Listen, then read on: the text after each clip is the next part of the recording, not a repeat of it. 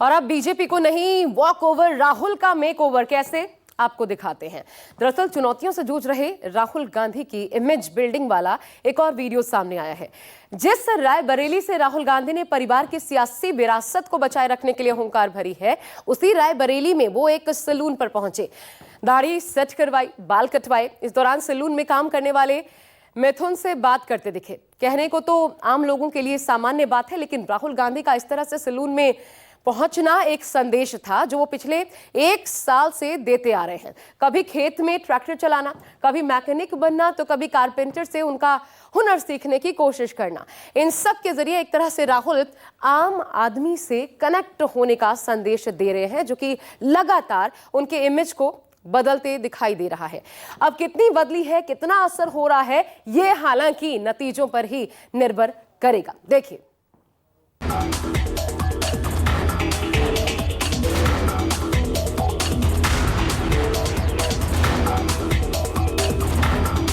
अग्निवीर योजना को हम उठा के कूड़ेदान में फेंक देंगे।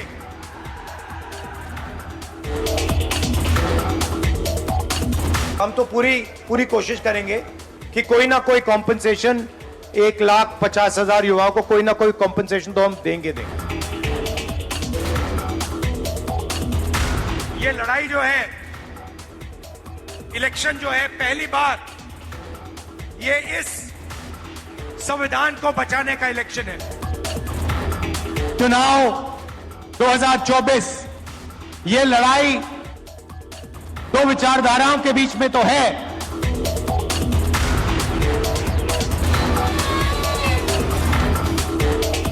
भारतीय राजनीति का युवा और जोशीला चेहरा, नेहरू गांधी परिवार की पीढ़ी का चमकता नाम, भारतीय राजनीति में कांग्रेसी विरासत की उम्मीद, मां सोनिया गांधी का दुलारा और बहन प्रियंका का लाडला। लेकिन इन तमाम पहचानों के तर कई ऐसी बातें हैं जो राहुल गांधी की शख्सियत को दूसरों से अलग करती हैं। इंडियन पॉलिटिक्स में राहुल गांधी की अलग पहचान कायम करती। धोती कुर्ता और सदरी वाली राजनीति से हटकर राहुल गांधी जीन्स और टी शर्ट के साथ लोगों के बीच माहौल जमाने पहुंचते। राहुल गांधी की ये छवियां बहुत कुछ कहती, इनमें सवाल भी है और एक तलाश भी। रायबरेली में जमीन से जुड़ने वाली ये तस्वीर देखिए। रायबरेली के एक सैलून में राहुल गांधी ने युवक से बाल कटवाते वक्त महंगाई से लेकर रोजगार तक के कई सवाल पूछे और जनता का मूड जानने की कोशिश की। पूरा वीडियो 3 मिनट 25 सेकंड का है। पूरी प्लानिंग के साथ इसे शूट किया गया। जिस राहुल गांधी को लेकर बीजेपी का दावा हुआ करता था कि अगर राहुल कुछ करेंगे तो उससे कांग्रेस का नुकसान और बीजेपी का फायदा होगा, वही बीजेपी अब राहुल के नए अवतार से कहीं न कहीं डरी सहमी नजर आने लगी। जिस राहुल गांधी को लेकर पीएम मोदी तंज कसते थे, अब उसी राहुल के जमीनी अवतार से वो घबराए से दिख रहे हैं। कांग्रेस के शहजादे ने तो राम मंदिर को गालियां देने का मिशन ही चला रखा है।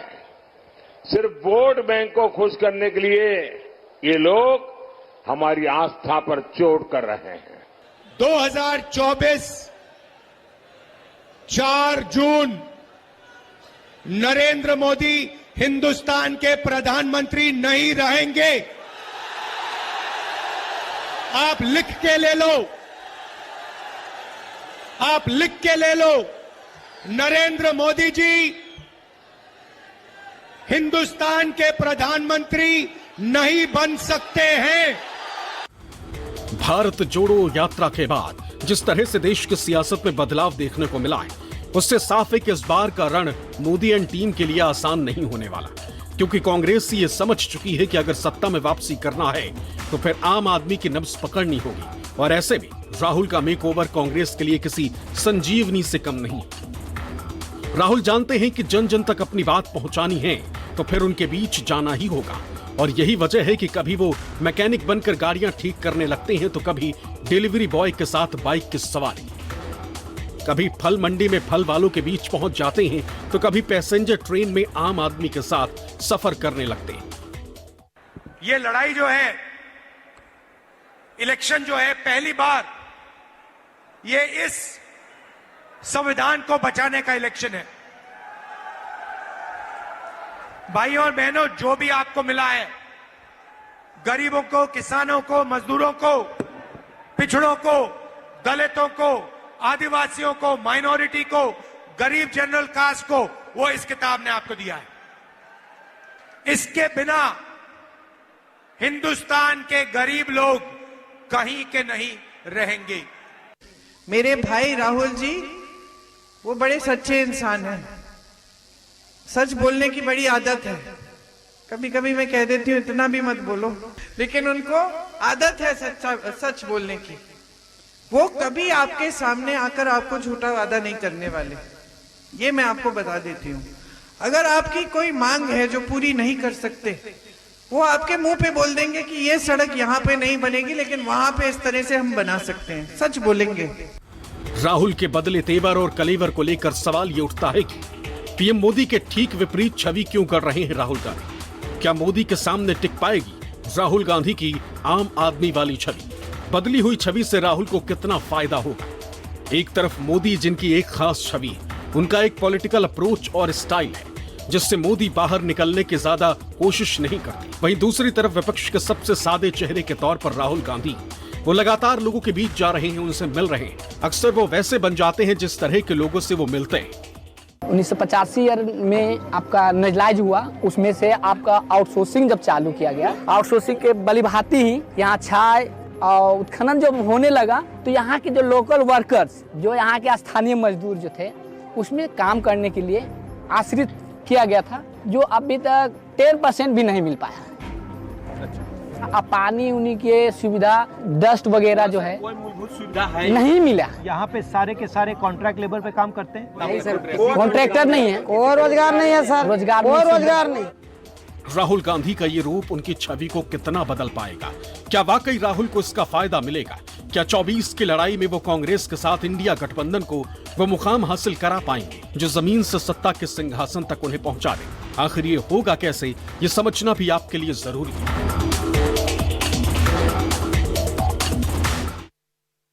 प्रधानमंत्री भले राहुल गांधी को शहजादा कहते हों, लेकिन राहुल गांधी की कोशिश रहती है कि आम आदमी के बीच पहुंचकर आम आदमी दिखने की कोशिश करें। यह भी दरअसल इमेज पॉलिशिंग का हिस्सा है, मेकओवर का हिस्सा है। क्या क्या हो रहा है इस मेकओवर के लिए, आइए आपको दिखाते हैं, एक एक करके पॉइंटर्स के माध्यम से समझने की कोशिश कीजिए।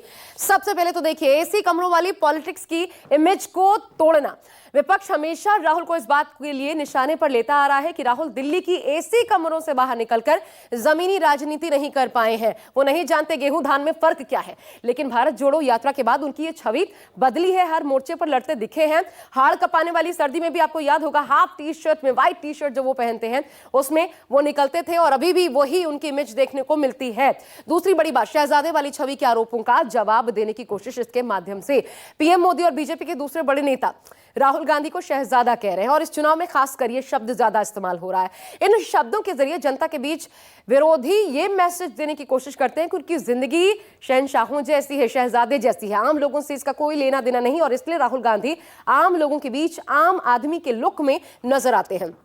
तीसरी बड़ी बात, फुल टाइम पॉलिटिशियन की छवि बनाना। राहुल पर आरोप लगते हैं चुनाव खत्म होते हैं विदेश चले जाते हैं, फुल टाइम पॉलिटिशियन नहीं है, चुनाव के बीच में वो कई बार विदेश चले जाते हैं। विरोधी इसे लेकर राहुल गांधी पर जमकर और कांग्रेस में निशाना साधते हैं, लेकिन पिछले एक साल में अगर आप देखें तो पूरा समय Rahul Gandhi full time politician की भूमिका में काम करते दिखे हैं। सड़क से लेकर संसद तक सरकार को घेरते आ रहे हैं। अब इसका कितना फायदा मिलेगा ये एक अलग बात है। चौथी बड़ी बात, आम आदमी से सीधे कनेक्ट करना। कहा जाता है कि राहुल से आम आदमी तो दूर की बात, कांग्रेस के कुछ नेता भी सीधे मिल नहीं सकते हैं, वो दिल्ली में ही रहते हैं, लेकिन राहुल ने आम लोगों से मिलकर इसे भी, इस सोच को दरअसल खत्म करने पर काम किया है। पांचवी बात देखिए, कोशिश यह है कि दिल्ली से निकलकर जमीनी मुद्दों को वो समझ पाए। राहुल को राजनीति विरासत में तो जरूर मिली, लेकिन कहा जाता है कि हिंदुस्तान को उस तरह नहीं जानते जिस तरह दूसरे जमीनी नेता मुद्दों से वाकिफ रहते हैं। लोगों के बीच पहुंचकर राहुल गांधी इन्हीं मुद्दों को समझने की कोशिश कर रहे हैं। दरअसल भारत जोड़ो यात्रा का भी मकसद यही था। अब भी जब निकलते हैं, आपने जैसा देखा मजदूरों से बातचीत, वो भी उसी कोशिश का हिस्सा। देश के लोगों के मुद्दों से सीधा रूबरू होना, ये छठा मकसद। जनता के बीच जब वो उतरे तो उनका उन मुद्दों से सीधा सामना हुआ, और दिल्ली की एसी दफ्तर में बैठकर समझ नहीं सकते थे जो वो पढ़ते लिखते राहुल गांधी जानते समझते सीधा लोगों से रूबरू होते नजर आए। सातवीं, बात आपको दिखाते हैं, देखिए कैसे हो रही है इमेज पॉलिशिंग। रिबेलियन वाली राजनीति से खुद को बाहर करना, वो कागज फाड़ देने वाली वो जो छवि थी, उससे भी खुद को बदला हुआ दिखाना, जिसमें उनका गुस्सा, उनका आक्रोश नजर आता था। नीतियों के खिलाफ, सरकार की, अपनी ही सरकार की नीतियों के खिलाफ वो दिखे थे। और अपनी ही मनमोहन सरकार के उस अध्यादेश पर जब एक पब्लिक प्लेटफॉर्म पर उन्होंने उसे फाड़ दिया था, वो आज भी किस्सा याद किया जाता है और इसलिए उसे भी बदलने की सोच है। पैदल यात्रा के जरिए संगठन को भी मजबूत करना। यूपीए सरकार जाने के बाद पिछले 10 साल में कांग्रेस का संगठन लगातार कमजोर हुआ है और राहुल गांधी ने कश्मीर से लेकर कन्याकुमारी तक यात्रा निकालकर संगठन में नई जान फूंकने की कोशिश की है। चुनाव में कितना असर हुआ ये पता चलेगा। नवी बात, सिंपल टी शर्ट और ट्राउजर पहन और आम आदमी खुद को दिखाना, साबित करना। कहते हैं जैसा देश वैसा भेष। राजनीति में ये बहुत चलता है। पिछले 2 सालों से राहुल बेहद सिंपल ड्रेस में लोगों के बीच दिखे भी हैं। सफेद T shirt, trouser signature dress उनका बन चुका है। एक आम आदमी की तरह खुद को पेश करने की उन्होंने कोशिश की है। तो ये तमाम चीजें राहुल गांधी कर रहे हैं, कांग्रेस पार्टी उनके लिए कर रही है। अब इनका कितना असर होता है ये देखना होगा। लेकिन अब 24 के चुनाव के ऐलान से पहले आपको दिखाते हैं कि चुनौतियां दरअसल क्या क्या है। ये जो ऐलान हुआ उसके पहले और ऐलान के बाद क्या फर्क आया है और कौन सी चुनौतियां हैं जिस पर अभी भी काम करना बाकी है और कितना काम हो पाया, ये जो चुनाव है तय करेगा। पहली बात, स्ट्राइक रेट जो है उस पर काम करना बहुत ज्यादा जरूरी है कांग्रेस के लिए। सबसे बड़ी 5 चुनौतियों में स्ट्राइक रेट सबसे अहम है। दरअसल छत्तीसगढ़, एमपी, राजस्थान, हिमाचल, गुजरात, ये ऐसे तमाम राज्य हैं, इनको मिलाकर लगभग 200 सीटें आती हैं। यहां बीजेपी कांग्रेस के बीच सीधी फाइट है। 2014-19 दोनों चुनाव की बात करें, 90% सीटें जीतने में बीजेपी कामयाब रही थी। ऐसे में इस स्ट्राइक रेट को सुधारना एक बहुत बड़ी चुनौती है। राहुल गांधी कितना कर पाएंगे अपने जरिए देखना है। दूसरी बात, स्ट्राइक रेट के साथ साथ वोट शेयर पर भी नजर है। हिंदी पट्टी, ये जो बेल्ट है, इन राज्यों में बीजेपी को 50% या उससे अधिक वोट मिले थे। इन राज्यों में कांग्रेस के सामने अपना वोट शेयर बढ़ाने की इस चुनाव में चुनौती है और कांग्रेस ने इसी रणनीति के तहत समाजवादी पार्टी से हाथ मिलाया है। तीसरी बात देखिए, राज्यों में प्रदर्शन को सुधारना। कांग्रेस की हालत 2019 में यह थी कि यूपी, बिहार, मध्य प्रदेश, महाराष्ट्र ऐसे तमाम राज्यों में एक, जबकि पश्चिम बंगाल में महज 2 सीटें आई थी। ऐसे में इन राज्यों में अपने प्रदर्शन को सुधारना इस चुनाव का अहम मकसद है। चौथी बात, छिटके बेस वोटर्स को फिर से अपने साथ जोड़ना। एक बड़ा वोट बैंक जो कांग्रेस का कभी हुआ करता था वो छिटक गया है। इसमें सवर्ण है, इसमें दलित है, इसमें आदिवासी है, पिछड़ा है, अल्पसंख्यक है। अब राहुल गांधी इनको फिर से एक साथ जोड़ने की कोशिश कर रहे हैं। 5वीं बात, जीती सीटें बचाए हुए रखना। 2019 में 421 सीटों पर कांग्रेस लड़ी थी, 52 सीटों पर महज जीत मिली थी। इन सीटों पर बचाकर रखना है। दूसरी तो जीतनी है, लेकिन ये 52 सीटें बचानी है और इसी जुगत में पूर्वोत्तर से अपनी सीटें बढ़ाने की कोशिश में है राहुल गांधी। यानी इस बार चुनाव परिणाम हर लिहाज से राहुल गांधी के लिए एक अग्नि परीक्षा है, जिसमें राहुल पास होते हैं या फेल, ये सिर्फ उन पर असर नहीं डालेगा, बल्कि कांग्रेस पर भी इसका जबरदस्त असर होगा। कांग्रेस के भविष्य को लेकर एक छोटा सा ब्रेक ले रहे हैं।